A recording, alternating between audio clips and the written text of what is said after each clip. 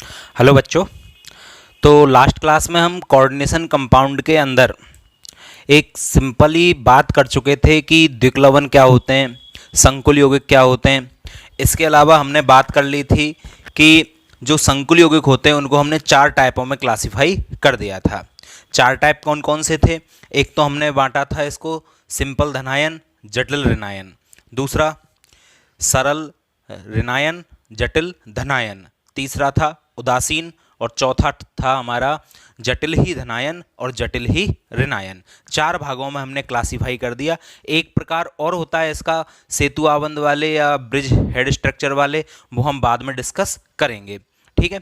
इसके अलावा मैंने आपको इनको वाटर के अंदर डिजोल्व करते हैं तो क्या आयन ये बनाते हैं उसके बारे में भी बता दिया था। ठीक है। नेक्स्ट हम बात कर रहे थे इनकी शब्दावली की कि कौन कौन से वर्ड्स यूज किए जाते हैं इनको याद रखने के लिए या फिर इनको रिप्रेजेंट करने के लिए। तो शब्दावली में हम सबसे पहले बात कर रहे थे कोऑर्डिनेशन स्पेयर की, यानी कि उप सह संयोजन सत्ता। उपसह संयोजन सत्ता का हो या फिर समन्वय मंडल कह दो, समन्वय मंडल कह दो। ठीक है, इंग्लिश में बोलते हैं कोऑर्डिनेशन स्पेयर, कोऑर्डिनेशन स्पेयर। देखो उपसह संयोजन सत्ता जो है इसका मतलब मैं आपको लास्ट क्लास में बता चुका था, जैसे K4FeCN6 इसको जब हमने तोड़ा था तो आपको पता है फर्स्ट पार्ट तो हमेशा कैटायन होता है और सेकंड पार्ट हमेशा एनायन यानी कि ऋणायन होता है। तो तोड़ने का तरीका मैं बता चुका था, फर्स्ट पर पॉजिटिव सेकंड पर नेगेटिव। यहाँ जो लिख रहा है उसे यहाँ पहुँचा दो, यहाँ जो लिख रहा है उसे यहाँ पहुँचा दो। यहाँ पर 4 लिखा हुआ है तो इधर 4 कर दो, इधर कुछ नहीं है तो यहाँ कुछ मत लिखो। पोटेशियम के 4 हैं और FeCN6 का 1 है, टूट चुका है। अब ये वाला पार्ट जो है आपका, ये आपका क्या कहलाता है? उपसह संयोजन सत्ता या समन्वय मंडल के नाम से जाना जाता है। इसी को हम क्या बोलते हैं? उप समन्वय मंडल या उपसह संयोजन सत्ता या कोऑर्डिनेशन स्पेयर बोलते हैं। और इस वाले पार्ट को बोला जाता है आयनिक मंडल या आयोनिक स्पेयर के नाम से जाना जाता है। तो लास्ट क्लास में ये बात हो चुकी थी। डेफिनेशन क्या हो जाएगी उपसह संयोजन सत्ता की? संकुल यौगिकों में या उपसह संयोजक यौगिकों में बड़े कोष्ठक के अंदर, और बड़े कोष्ठक को क्या बोला था मैंने? गुरु कोष्ठक। क्या बोलते हैं इसको? गुरु कोष्ठक।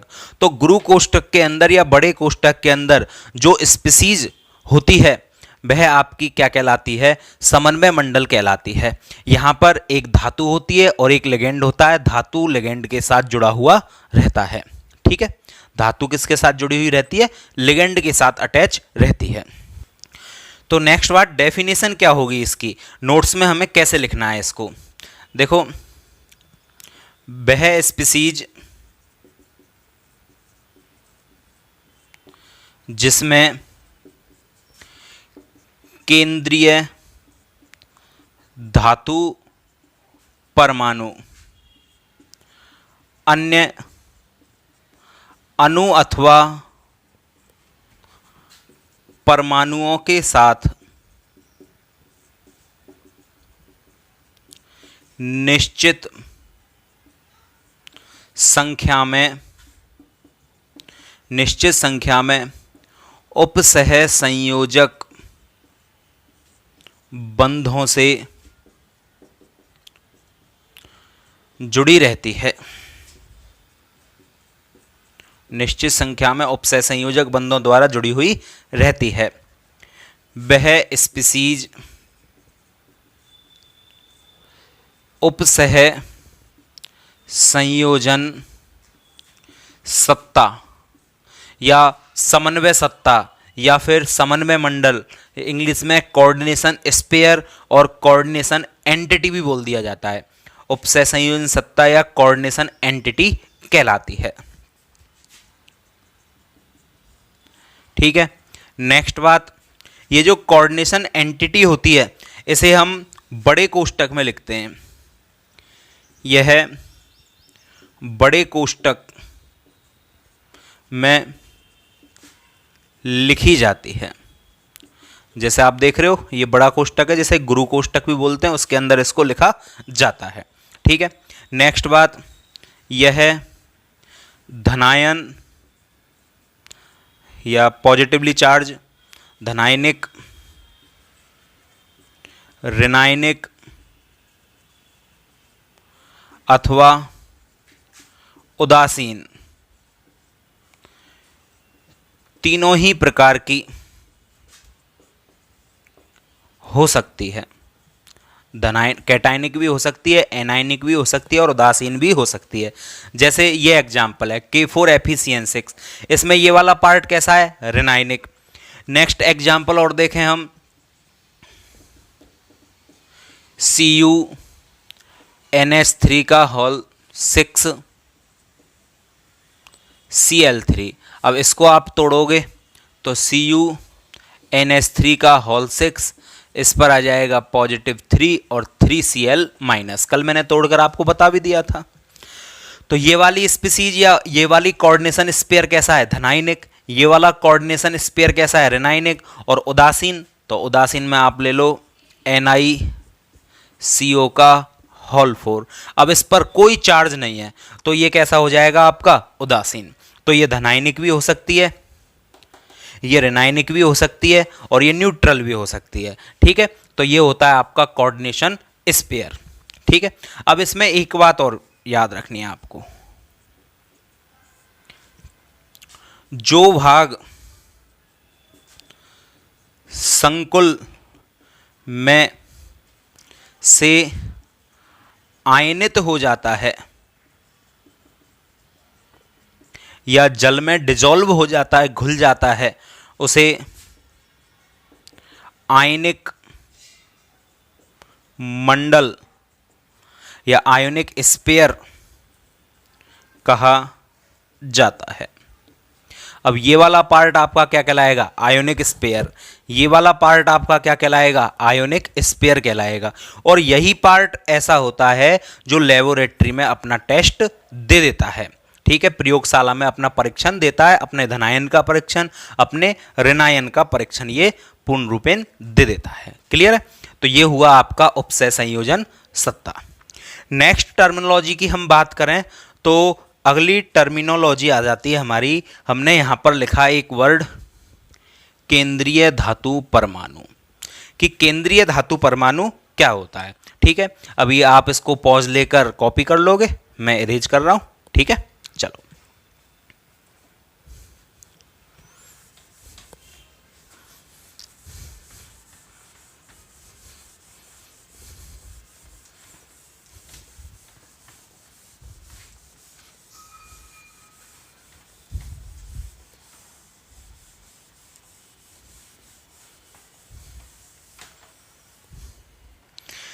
चलो देखो, नेक्स्ट टर्मिनोलॉजी आती है हमारी सेकंड पर, केंद्रीय धातु परमाणु, सेंटर मेटल एटम। ठीक है, शॉर्ट में हम सेंटर मेटल एटम ये बोल देते हैं।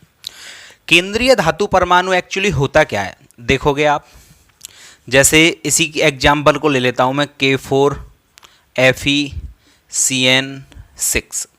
इसको हमने दो पार्टों में डिवाइड किया, एक तो 4K+ और एक बना दिया FeCN6 4-। ठीक है, ये कोऑर्डिनेशन स्पेयर है। अब इस कोऑर्डिनेशन स्पेयर के अंदर दो चीज़ें होती हैं, फर्स्ट तो आपकी मेटल होती है और सेकंड पार्ट जो होता है वो लिगेंड होता है। क्या होता है, लिगेंड। अब मेटल पर हम आ चुके हैं, लिगेंड की बात अब नेक्स्ट टर्मिनोलॉजी में करेंगे हम। ये जो मेटल है ये इन लिगेंडों के साथ अटैच रहती है, जुड़ी हुई रहती है, जैसे Fe। अब यहाँ पर ये Fe 6 साइनाइड एटम्स के साथ अटैच रहता है। कौन से बॉन्ड के थ्रू, कोऑर्डिनेट बॉन्ड के थ्रू, उपसह संयोजक बॉन्ड के थ्रू ये यहां पर क्या रहता है, अटैच रहता है। ठीक है, अब यहां पर ये वाला जो एटम है मेरा, ये वाला एटम, यही मेरा क्या कहलाता है, सेंटर मेटल एटम कहलाता है, केंद्रीय धातु परमाणु कहलाता है। ठीक, तो डेफिनेशन क्या हो जाएगी, डेफिनेशन हो जाएगी इसकी कि उपसह संयोजन सत्ता के अंदर या फिर कोऑर्डिनेशन स्पेयर के अंदर वह धातु परमाणु जो अन्य अणु अथवा परमाणुओं के द्वारा उपसह संयोजक बंध के द्वारा जुड़ा हुआ रहता है और एक निश्चित ज्यामिति व्यवस्था का निर्माण करता है, वह केंद्रीय धातु परमाणु कहलाता है। केंद्रीय धातु परमाणु इनके साथ उपसह संयोजक बॉन्ड के थ्रू जुड़ रहा है और ये बॉन्ड हमें ये बताता है कि इनसे इलेक्ट्रॉन इसकी ओर आ रहे हैं, मतलब ये इनको इलेक्ट्रॉन दे रहे हैं। इस बॉन्ड का मतलब क्या होता है, इस वाले बॉन्ड का, कि इधर से कोई अपने इलेक्ट्रॉन इसको शिफ्ट कर रहा है। तो यहाँ से इलेक्ट्रॉन पेयर आ रहा है, यहाँ से इलेक्ट्रॉन पेयर, यहाँ से इलेक्ट्रॉन पेयर, यहाँ से इलेक्ट्रॉन पेयर। अब इलेक्ट्रॉन पेयर आने के लिए एक शर्त क्या होती है भाई, इलेक्ट्रॉनों को रखने के लिए जगह तो होनी चाहिए। जैसे तुम अपने मकान में किसी किराएदार को रखने के लिए किराए पर कमरा अवेलेबल करवाओगे तो भाई तुम्हारे पास वैकेंट कमरे तो होने चाहिए खाली, तभी तो तुम किराएदार को कमरा किराए पर दोगे। तो भाई ये इलेक्ट्रॉन ले रहा है सेंटर मेटल एटम, तो इसके पास कम से कम खाली कक्षक तो होने चाहिए, तभी तो ये इलेक्ट्रॉन लेगा। तो इसका मतलब केंद्रीय धातु परमाणु के पास रिक्त कक्षक होते हैं, पहली बात, ठीक है। और रिक्त कक्षक है, इलेक्ट्रॉन ले रहा है, तो इलेक्ट्रॉन कौन लेगा, जिस पर वो इफेक्टिव चार्ज जो होता है, न्यूक्लियर इफेक्टिव चार्ज, प्रभावी नाभिकीय आवेश वो बहुत ज़्यादा हो। अब नाभिकीय आकर्षण बल ज़्यादा होगा, नाभिकीय आकर्षण बल मतलब पॉजिटिव चार्ज, तो पॉजिटिव चार्ज ज़्यादा होगा तभी तो इससे इलेक्ट्रॉन ले पाएगा। तो पहली बात, साइज में छोटा होना चाहिए, खाली कक्षक होने चाहिए, इफेक्टिव न्यूक्लियर चार्ज ज़्यादा होना चाहिए। और ये सभी प्रॉपर्टी जो मैं बोल रहा हूँ आपसे, ये डी ब्लॉक के तत्वों में बहुत ज़्यादा मात्रा में पाई जाती हैं। इसके अलावा ट्रांजिशन मेटल जो होते हैं, लेंथेनाइड, एक्टिनाइड, एफ ब्लॉक के एलिमेंट, उनमें भी ये पाई जाती हैं, ठीक है। तो डी ब्लॉक के एलिमेंट और एफ ब्लॉक के एलिमेंट, इनमें ये प्रॉपर्टियां ज़्यादा मात्रा में पाई जाती हैं, इस कारण ये कॉम्प्लेक्स कंपाउंडों का निर्माण ज़्यादा मात्रा में करते हैं। क्लियर है? तो डेफिनेशन क्या हो जाएगी, अभी आपके समझ में आ गया होगा। केंद्रीय धातु परमाणु क्या है, उपसह संयोजन सत्ता के अंदर वे धातु परमाणु जो अन्य अणु परमाणु अथवा आयनों से उपसह संयोजक बंध के थ्रू जुड़े रहते हैं और वैकेंट ऑर्बिटलों के थ्रू इलेक्ट्रॉन लेते रहते हैं। अच्छा, ये इलेक्ट्रॉन ग्रहण करता है, इलेक्ट्रॉन ले रहा है, और इलेक्ट्रॉन लेने वाला किसकी तरह बिहेव करता है, लुईस एसिड की तरह, लुईस अम्ल की तरह बिहेव करता है। इलेक्ट्रॉन पेयर जो एक्सेप्टर होता है, जो इलेक्ट्रॉन पेयर को ग्रहण करता है, वो लुईस एसिड की तरह या लुईस अम्ल की तरह व्यवहार दर्शाता है। तो ये लुईस एसिड होते हैं, ठीक है। आपसे क्वेश्चन पूछ लिया जाए कि केंद्रीय धातु परमाणु किसकी तरह बिहेव करता है, तो लुईस एसिड की तरह, ग्राही की तरह बिहेव करता है, ठीक है। तो डेफिनेशन क्या हो जाएगी, देखो,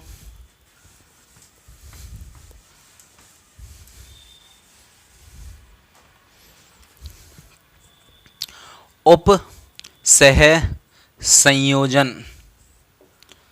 सत्ता के अंदर धातु परमाणु जो अन्य अणु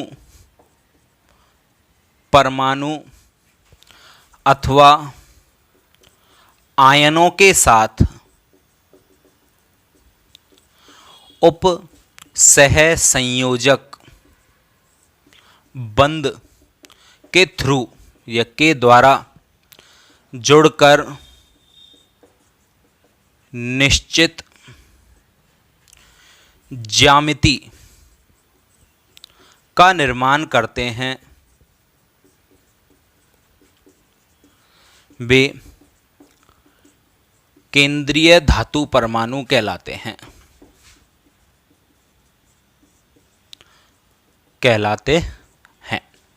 ये होते हैं सेंटर मेटल एटम। क्या क्या विशेषता होती है सेंटर मेटल एटम की, तो मैं आपको बता रहा था, पहली, साइज में स्मॉल होने चाहिए, यानी कि स्मॉल इन साइज, साइज में छोटे होने चाहिए, आकार में छोटा होना चाहिए केंद्रीय धातु परमाणु।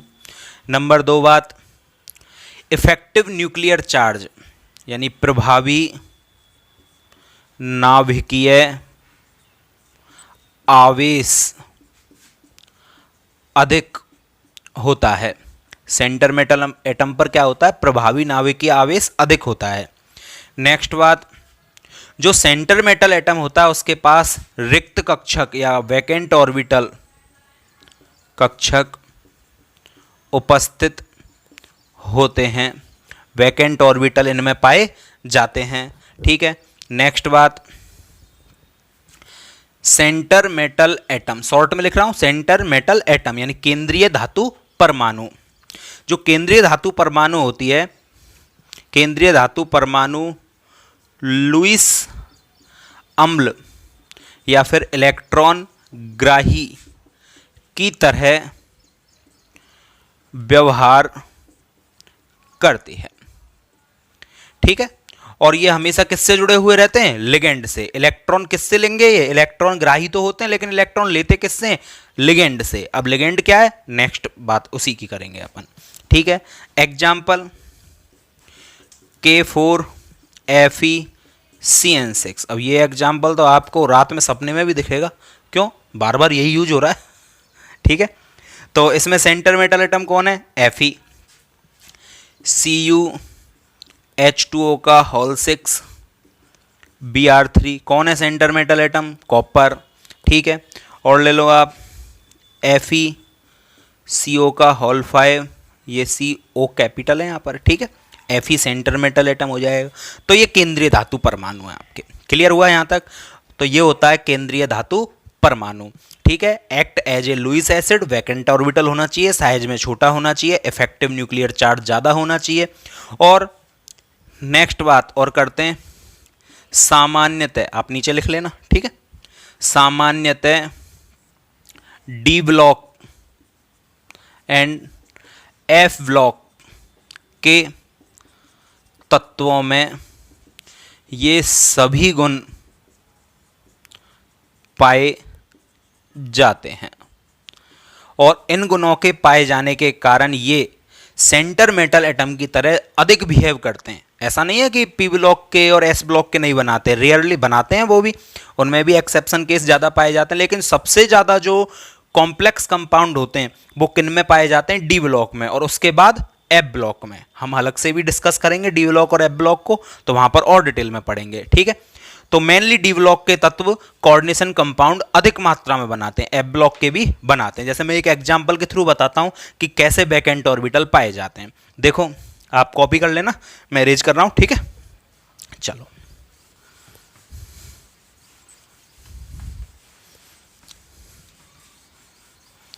जैसे Fe की बात करते हैं, आयरन, ये डी ब्लॉक का एलिमेंट है। इसका इलेक्ट्रॉनिक कॉन्फ़िगरेशन होता है आपका 3d6 4s2। ठीक है, कैसे निकाला मैंने इलेक्ट्रॉनिक कॉन्फ़िगरेशन में आपको बता दूंगा आगे। वैसे आप पर आना चाहिए, 11th क्लास में आप इलेक्ट्रॉनिक विन्यास पढ़ के आए होंगे। ठीक है, फिर भी मैं बता दूंगा क्योंकि इसके बगैर ये चैप्टर ही अधूरा है। इसके बगैर नहीं, इलेक्ट्रॉनिक विन्यास के बगैर कम से कम 21 से 30 तक के तत्वों के इलेक्ट्रॉनिक विन्यास तो आप पर आने ही चाहिए इस चैप्टर के लिए, वो तो कम से कम है। और यदि आप कंपटीशन एग्जाम के थ्रू देखते हो उस चैप्टर को तो फिर आप पर बहुत ज़्यादा मात्रा में आने चाहिए। ठीक है, और कंपटीशन के लिए ही पढ़ रहे हैं इसलिए इलेक्ट्रॉनिक विन्यास पर कमांड होनी चाहिए। क्लियर, तो 3d6 4s2। अब देखो यहाँ पर 3d ऑर्बिटल भी प्रेजेंट है, 4s ऑर्बिटल भी प्रेजेंट है। 4s का मतलब क्या हो जाएगा, चौथा कोष हो गया, और चौथे कोष में कौन से आ जाएंगे, 4s आ जाएगा, 4p आ जाएगा, 4d आ जाएगा, और 4f भी आ जाएगा। ठीक है, क्योंकि 4f लेंथेनाइड स्टार्ट हो जाते हैं 4 से। तो यहाँ पर मेरे पास क्या क्या ऑर्बिटल हैं, 3d6 4s2 4p0 4d0 और 4f भी है, लेकिन उसकी हमें ज़रूरत नहीं पड़ेगी, यहाँ तक ही हमारा काम चल जाता है। तो देखो d में ऑर्बिटल कितने होते हैं, 5, 1 2 3 4, 1 2 3 4 5। s में कितने होते हैं, 1। p में कितने होते हैं, 3। और d में कितने होते हैं, 5। ट्रांजिशन जो मेटल होते हैं, डी ब्लॉक के एलिमेंट होते हैं, जब हम इनका संकरण पढ़ेंगे, बीबीटी थ्योरी हम इनकी पढ़ेंगे या सीएफटी थ्योरी पढ़ेंगे, तो उस वक्त हम जानेंगे कि यहाँ पर हमें एक तो n-1 ऑर्बिटल काम में लेना है, n मतलब 4, n-1 तो 4-1 यानी 3, ns np और nd, तो ये तो n-1d हो गया। ये NS, NP और ND, ठीक है। तो ये ऑर्बिटल हमें काम में लेने, वहाँ हम डिटेल में और पढ़ेंगे। अभी आप यहाँ ही देखोगे 6 इलेक्ट्रॉन है, तो 1 2 3 4 5 एंड 6। एक ऑर्बिटल में 2 इलेक्ट्रॉन आ सकते हैं, तो मेरे पास अभी तो 1 2 3 4 इलेक्ट्रॉन तो इनमें भी आ सकते हैं। एक यहाँ पर पेयर होगा, दूसरा यहाँ, तीसरा यहाँ, चौथा यहाँ, तो 4 जगह तो यहीं खाली हैं अभी 4 इलेक्ट्रॉन के लिए। यहाँ पर 2 इलेक्ट्रॉन है तो 2 खाली, वो दोनों भर जाएंगे। 4p0, p में कोई है ही नहीं, तो 3 ऑर्बिटल ये खाली हैं, देखो खाली रिक्त कक्षक हैं, और 5 ऑर्बिटल ये खाली है, और f भी पड़ा हुआ है अभी तो इनके पास क्या है, बहुत ज़्यादा मात्रा में वैकेंट ऑर्बिटल होते हैं, रिक्त कक्षक होते हैं, और रिक्त कक्षक होने के कारण ही ये लिगेंड जो होते हैं उनसे इलेक्ट्रॉन युग्म अपने अंदर ले लेते हैं और इलेक्ट्रॉन लेकर उपसह संयोजक बॉन्ड का फॉर्मेशन करते हैं। तो ये होता है आपका केंद्रीय धातु परमाणु, ठीक है। चलो नेक्स्ट हम बात करेंगे अब लिगेंड की, कि लिगेंड क्या होता है। देखो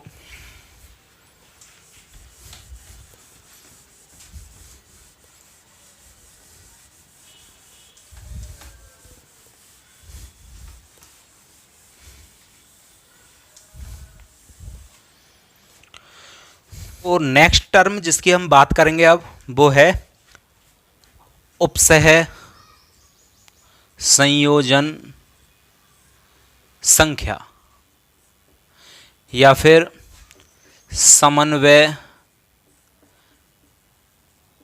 संख्या, और इंग्लिश में बोलते हैं कोऑर्डिनेशन नंबर, शॉर्ट में CN बोल देंगे हम, ठीक है। और इसके बाद हम जो टर्मिनोलॉजी यूज करेंगे, जो टर्म लेंगे, बोलेंगे लिगेंड, ठीक है। लिगेंड से पहले ऐसे समझना जरूरी है थोड़ा सा। देखो उपसह संयोजन संख्या या समन्वय संख्या क्या होती है, डेफिनेशन से पहले मैं थोड़ा सा एक्सप्लेन कर दूं टॉपिक को।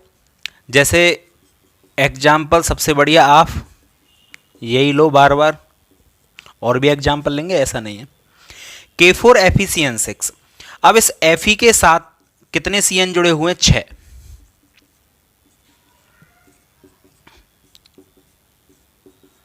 और किस बॉन्ड के थ्रू जुड़े हुए हैं ये, उपसह संयोजक बॉन्ड के through.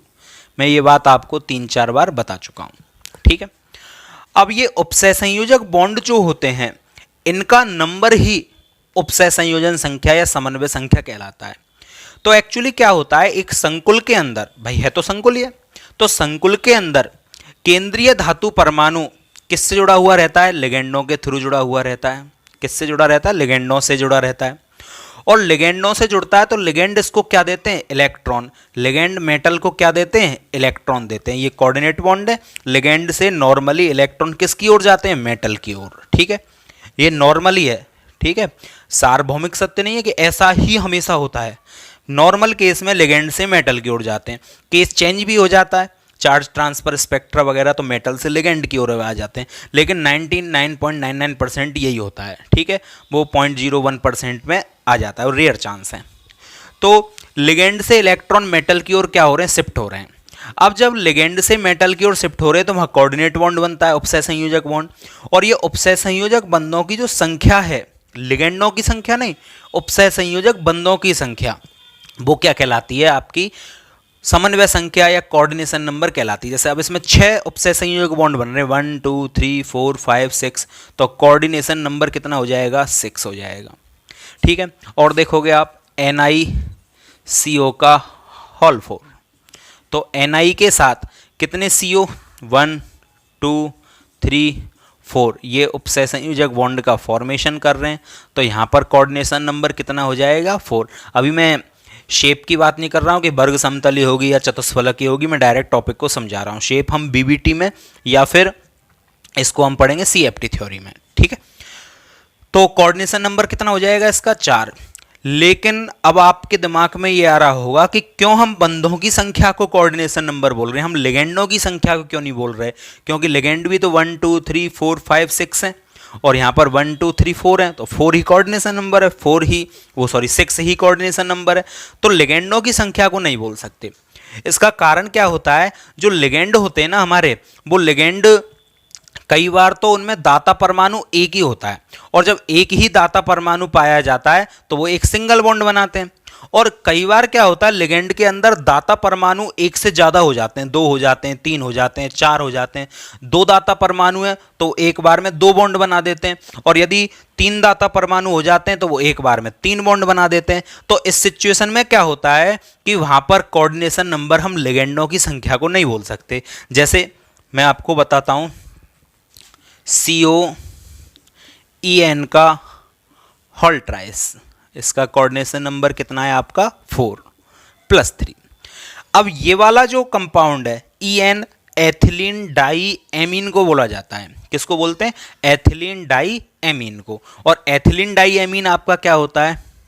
CH2 CH2 NH2 NH2, और इस पर पाया जाते हैं 2 NH2 ग्रुप।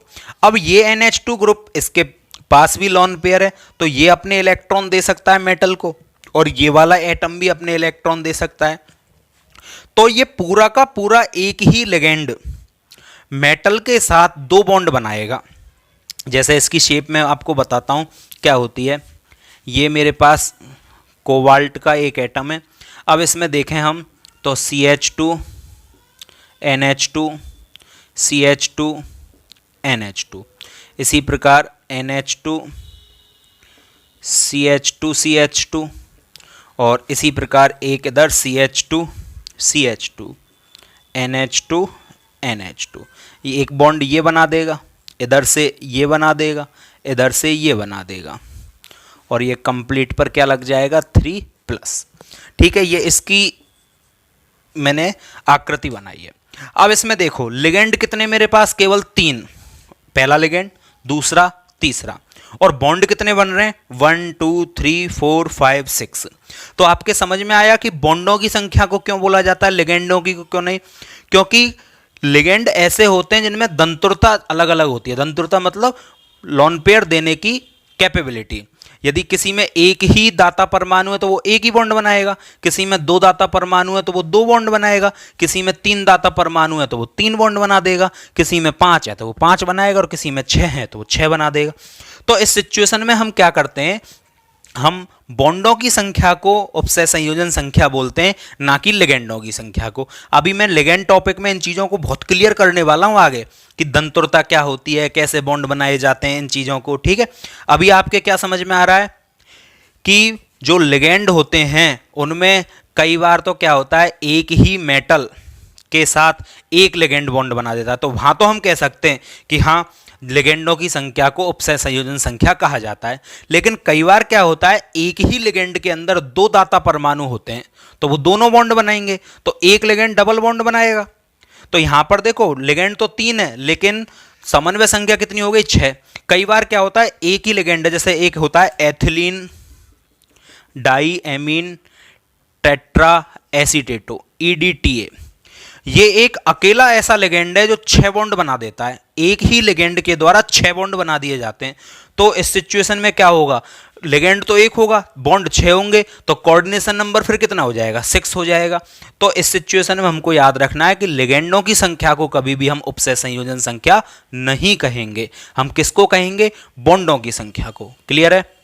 और ये आपके थोड़ी सी सस्पेंस बढ़ता जा रहा होगा कि ये लिगेंड क्या बला है भाई, जो अभी तक बार बार लिगेंड ही लिगेंड चल रहा है। तो अब हम अगला टॉपिक लिगेंड ही पढ़ने वाले हैं, वहां पर आकर ये टॉपिक आपका पूरी तरह से क्लियर हो जाएगा।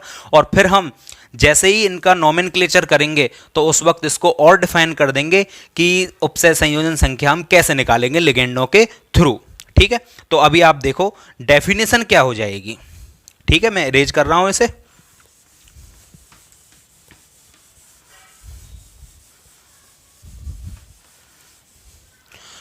तो उपसय संयोजन संख्या क्या होती है, देखोगे आप, किसी संकुल के अंदर या उपसय संयोजन संख्या के अंदर केंद्रीय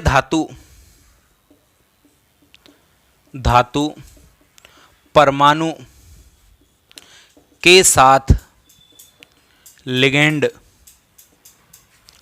जितने उपसह संयोजक बंधों का निर्माण करते हैं वह संख्या समन्वय संख्या या उपसह संयोजन संख्या कहलाती है, या उपसह संयोजन संख्या कहलाती है। क्लियर है? चलो एग्जाम्पल देखते हैं हम। जैसे मैंने अभी ये तो बता ही दिया था, K4 FeCN6, तो यहाँ पर कोऑर्डिनेशन नंबर कितना हो जाएगा 6, CuNH3 का होल ट्वाइस, H2O का होल 4, I3। तो यहाँ पर देखो NH3 एक दंतुक लिगेंड है, H2O भी एक दंतुक लिगेंड है, और एक दंतुक का मतलब होता है उसमें एक ही दाता परमाणु है, तो ये एक दंतुक है, एक ही बॉन्ड बनाएगा। NH3 टोटल 2 हैं, तो एक NH3 एक बॉन्ड बनाएगा, दूसरा NH3 भी एक और बॉन्ड बनाएगा, तो ये 2 बॉन्ड बना देंगे। 4 H2O मिलकर 4 बॉन्ड बनाएंगे, तो यहाँ पर भी कोऑर्डिनेशन नंबर कितना हो जाएगा 6। अब मुझे पता है आपके दिमाग में क्या आ रहा है, हमें कैसे पता चलेगा कि किसकी दंतुरता 1 है और किसकी दंतुरता 2 है और किसकी दंतुरता 6 है, मतलब किसमें एक दाता परमाणु है, किसमें 5 है, किसमें 3 है, किसमें 2 है। तो नेक्स्ट टॉपिक हमारा वही है, टेंशन में मत आओ, ठीक। अच्छा, COEN का होल ट्राइस Cl3। अब आपको पता है EN एथिलीन डाइएमीन, एक ही लिगेंड के अंदर 2 दाता परमाणु होते हैं, तो एक लिगेंड 2 बॉन्ड बनाएगा, तो टोटल 3 लिगेंड है, कितने बॉन्ड बन जाएंगे 6, तो कोऑर्डिनेशन नंबर कितना हो जाएगा 6। इसी प्रकार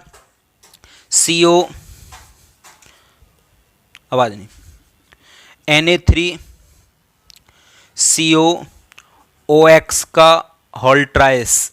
चलो ये एक OX, ऑक्स माने बेल मत बोल देना, OX ऑक्सिलेटो को बोलते हैं, C2O4, OX क्या होता है C2O4-2, ऑक्सिलेटो, ऑक्जेलिक अम्ल से बनता है। तो ऑक्सिलेटो ये भी एक, ये इस तरह से होता है, और ये मेटल के संग इस तरह से बॉन्ड फॉर्मेशन कर देता है, ठीक है। तो ये भी अकेला ही लिगेंड 2 बॉन्ड बनाता है, तो एक जना 2 बॉन्ड बनाएगा, 3 कितने बनाएंगे 6, तो यहां पर भी कोऑर्डिनेशन नंबर कितना हो जाएगा 6 हो जाएगा। तो इस तरह से हम यहां पर कोऑर्डिनेशन नंबर निकालते हैं। लेकिन अब बात आती है कोऑर्डिनेशन नंबर निकालने के लिए हमें किसके बारे में जानकारी होनी चाहिए, लिगेंड के बारे में जानकारी होनी चाहिए। तो अब हम पढ़ेंगे लिगेंड। मैंने इस टॉपिक को पहले इसलिए बताया है क्योंकि यहां पर आकर आपको लिगेंडों की अहमियतता समझ में आ जाए कि लिगेंड हमारे लिए कितने जरूरी हैं इस चैप्टर के लिए। और मैं तो ये कहता हूं कि इस चैप्टर को समझने के लिए लिगेंड ही जरूरी हैं, और यदि आप पर लिगेंड नहीं आते तो ये चैप्टर आप उम्मीद ही छोड़ दो कि ये समझ में आ जाएगा। इसलिए लिगेंड आपको आने ही चाहिए। तो आज की क्लास में हमने उपसह संयोजन संख्या, उपसह संयोजन सत्ता, केंद्रीय धातु परमाणु और लिगेंडों के बारे में थोड़ा बहुत सीख लिया। नेक्स्ट क्लास में हम पूरी डिटेल में लिगेंडों के बारे में पढ़ेंगे। काफ़ी बड़ा टॉपिक है लिगेंड, और उनको बार बार आपको प्रैक्टिस करनी है जिससे वो याद हो जाए, क्योंकि लिगेंड एक बार याद हुए ये मानो 50% चैप्टर तो आपको लर्न हो गया, ठीक है। तो आज की क्लास में इतना ही। Thank you.